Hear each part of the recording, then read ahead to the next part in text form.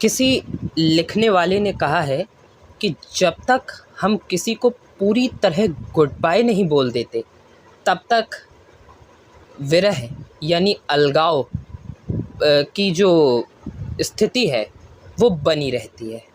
नमस्कार साथियों, एक बार फिर स्वागत है। आज आप लोग इस अनोखी दुनिया चैनल पर आए और आपने एक कहानी सुनने का ये जो निश्चय किया वो बेकार नहीं जाएगा, ये मेरी तरफ से आपको आश्वासन है। क्योंकि अगर आपने ध्यान से इस कहानी को सुना तो आप ज़रूर इस चैनल से, इस वीडियो से कुछ बहुत महत्वपूर्ण, कुछ बहुत ही अहमियत वाला लेकर के जाएंगे। एक ऐसी कहानी की बात करेंगे जो कि लाहौर और रुआलसर के आसपास के इलाके से संबंध रखती है।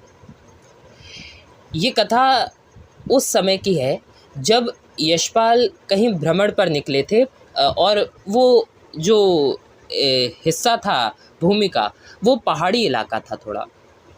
वहाँ पर उन्हें एक विचित्र महिला मिली और उसी की कहानी के बारे में उन्होंने बताया है कि वो अपने प्रेम के प्रसंग में किस संघर्ष से जूझ रही थी। उसका एक बहुत ही मार्मिक ढंग से उन्होंने वर्णन किया है और वो वर्णन इतना मार्मिक है कि उससे हमें सिर्फ सीख ही नहीं मिलती है बल्कि हमें प्रेम की पराकाष्ठा के बारे में भी पता चलता है। ये कथा आपको बहुत ही जानकारी और भावनाओं से भरी लगेगी यदि आपने इसे ध्यान से सुना। इसलिए थोड़ा सा समय निकाल करके ध्यान से सुनिएगा, क्योंकि मुझे भी आपके समय की अहमियत पता है। इसीलिए वही बताया जाएगा यहाँ पर जो ज़रूरी है और जल्दी और स्पष्ट भाषा में बताया जाएगा। ध्यान दीजिएगा। कुछ इस तरह शुरू होती है कथा। मैंने कहा, अब तो मंडी में रेल, बिजली और मोटर सभी कुछ हो गया है, पर एक ज़माना था जब यह सब कुछ ना था। हमीरपुर से रुवालसर के रास्ते लोग मंडी जाया करते थे। उस समय व्यापार या तो खच्चरों द्वारा होता था या फिर आदमी की पीठ पर चलता था। उन दिनों मैं मंडी की राह कुल्लू गया था। बता रहे हैं कि यशपाल जी उन्हीं दिनों मंडी गए थे कुल्लू की राह से। ठीक है, मंडी की राह से कुल्लू गए थे। मंडी नगर से कुछ उधर ही एक अधेड़ उम्र की पहाड़िन को जो बांस की टोकरी में खुबानियाँ लिए सड़क किनारे बैठा देखा उसको मैंने। बता रहे हैं तत्पश्चात पहाड़ी लोग अक्सर इस तरह कुछ फल वल ले सड़क के किनारे बैठ जाते हैं और राह चलतों के हाथ पैसे पैसे 2-2 पैसे का सौदा बेचते फिर रहते हैं। खुबानियाँ बहुत बड़ी बड़ी और बढ़िया थी। बता रहे हैं कि वहाँ पर उन्होंने उस पहाड़ी महिला को देखा और वो खुबानियाँ बेच रही थी, या फिर यूँ कह ले कि वो कुछ तरह तरह के जिस प्रकार लोग फल वहाँ बेचा करते थे उसी का अनुसरण करके वो भी वहाँ पर कुछ फल बेचने के लिए बैठी थी, तरह तरह के फल बेचने बैठी थी। मेरे समीप पहुँचते ही उस पहाड़ी ने बिगड़ी हुई पंजाबी में सवाल किया, क्या तुम लाहौर के रहने वाले हो? मेरी पोशाक देखकर ही शायद उसे यह ख्याल आया होगा कि मैं लाहौर का रहने वाला हो सकता हूँ। सोचा, क्या यह मुझे पहचानती है? उत्तर दिया, हाँ, मैं लाहौर का रहने वाला हूँ। उसकी आंखें कदरे खुशी से चमक उठी। उसने पूछा, तुम परसराम को जानते हो? विस्मय से मैंने पूछा, परसराम? कौन परसराम? कुछ व्यग्र होकर उसने उत्तर दिया, परसराम ठेकेदार। कुछ मतलब न समझकर मैंने फिर पूछा, कौन परसराम ठेकेदार? मैं जिस ओर से चलकर आ रहा था उसी ओर हाथ से संकेत करके उसने कहा, वह दोनों पुल जिसने बनवाए थे। बात मेरी समझ में ना आई। मैंने उत्तर दिया, मैं परसराम को नहीं जानता। होगा कोई, क्यों? उदास हो उसने कहा, तुम लाहौर के रहने वाले हो और उसे नहीं पहचानती? वह भी लाहौर का रहने वाला है, परसराम ठेकेदार है ना? पहाड़िन की अधीरता से कुछ द्रवित होकर मैंने पूछा, किस गली, किस मोहल्ले का रहने वाला है वह? वो स्पष्टता से उसका जो पता था वो पूछने की कोशिश करने लगे। बहुत चिंतित भाव से एक हाथ गाल पर रखकर उसने धीरे धीरे कहा, गली मोहल्ला? गली मोहल्ला नहीं, वह लाहौर का रहने वाला है। तुम भी तो लाहौर के रहने वाले हो, उसे नहीं पहचानते? उस औरत की नादानी पर मैं हंस न सका। हंस वो इसलिए नहीं सके क्योंकि उसकी बातों में एक मार्मिकता भी थी। उसे समझाने की कोशिश की कि लाहौर बहुत बड़ा शहर है, अधिक नहीं तो 2-2.5 लोग 2-2.5 लाख आदमी लाहौर में बसते होंगे। वहाँ एक एक मोहल्ले में इतने आदमी हैं कि एक दूसरे को नहीं पहचान सकते। मैं हीरा मंडी में रहता हूँ। यदि परसराम ठेकेदार मजंग में रहता हो तो वह मुझसे 3.5 मील दूर रहता है।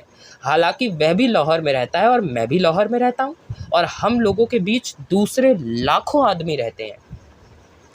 बात औरत की समझ में ना आई। उसके पश्चात हुआ ये कि उसकी आंखों की प्रसन्नता काफूर हो गई।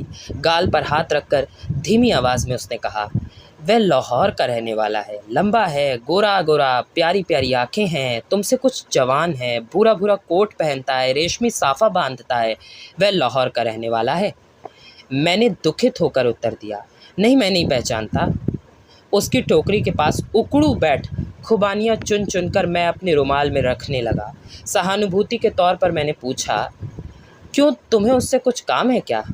गहरी सांस खींचकर उसने कहा, परसराम यहाँ पुल बनवाता था, 5 बरस हो गए तब वह यहाँ आया था। वह जाने लगा तो मैंने कहा, मत जा। उसने कहा, मैं बहुत जल्दी, थोड़े ही दिन में लौट आऊँगा। वह आया नहीं। लाहौर तो बहुत दूर है ना? मैंने उत्तर दिया, हाँ, बहुत दूर है। उसकी आंखों में नमी आ गई। उसने गर्दन झुकाकर कहा, ना जाने वह क्यों नहीं आया, ना जाने कब आएगा, 5 बरस हो गए, आया नहीं। वह चुप हो गई। कुछ देर बाद गर्दन झुकाए ही वह बोली, उसकी राह देखती रहती हूँ, इसीलिए यहाँ सड़क पर भी आ बैठती हूँ। मेरा बहुत सा काम हर्ज होता है, लेकिन दिल घबराता है तो यहाँ आ बैठती हूँ। 2 और आदमी लाहौर से आए थे, पर वह नहीं आया, 5 बरस हो गए। वह चुप हो गई। एक छोटी सी लड़की, प्रायः 5 बरस की, एक ओर से दौड़ती आई। मुझ अपरिचित को देखकर वह सहम गई। फिर मुझे अलक्ष्य कर माँ के आंचल में मुंह छिपाकर उसके गले से लिपट गई। मैंने पूछा, भैया तुम्हारी लड़की है? सिर झुकाकर उसने हामी भरी। लड़की के सिर पर हाथ फेरते हुए उसने कहा, यह भी 5 बरस की हो गई है। इसने बाप को अभी तक नहीं देखा है, देखे तो पहचान ना पाए। उन दोनों की ओर देखते हुए मन में विचार आया कि लोग कहते हैं विरह प्रेम का जीवन है और मिलन अंत। क्या वह अपने प्रेम का अंत कर देना चाहती है? यूँ यह प्रेम क्या सदा बना रहेगा?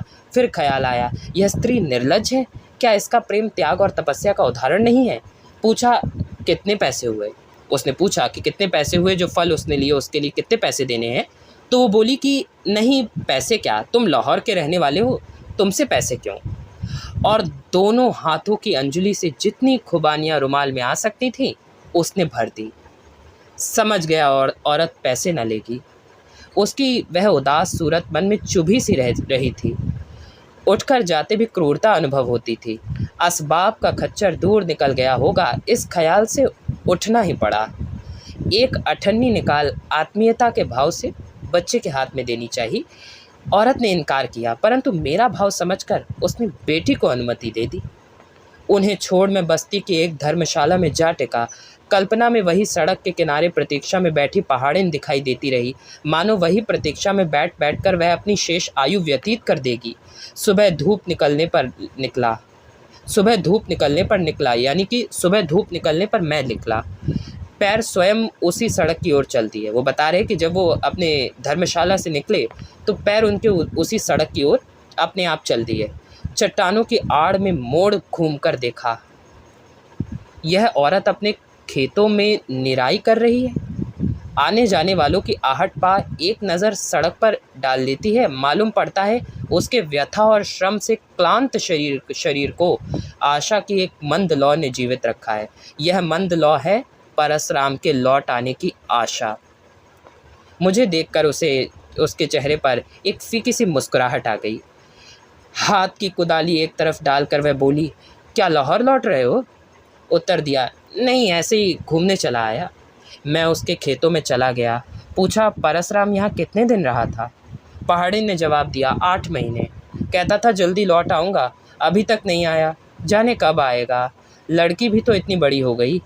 मैंने पूछा, तो तुम उसके साथ लाहौर क्यों नहीं चली गई?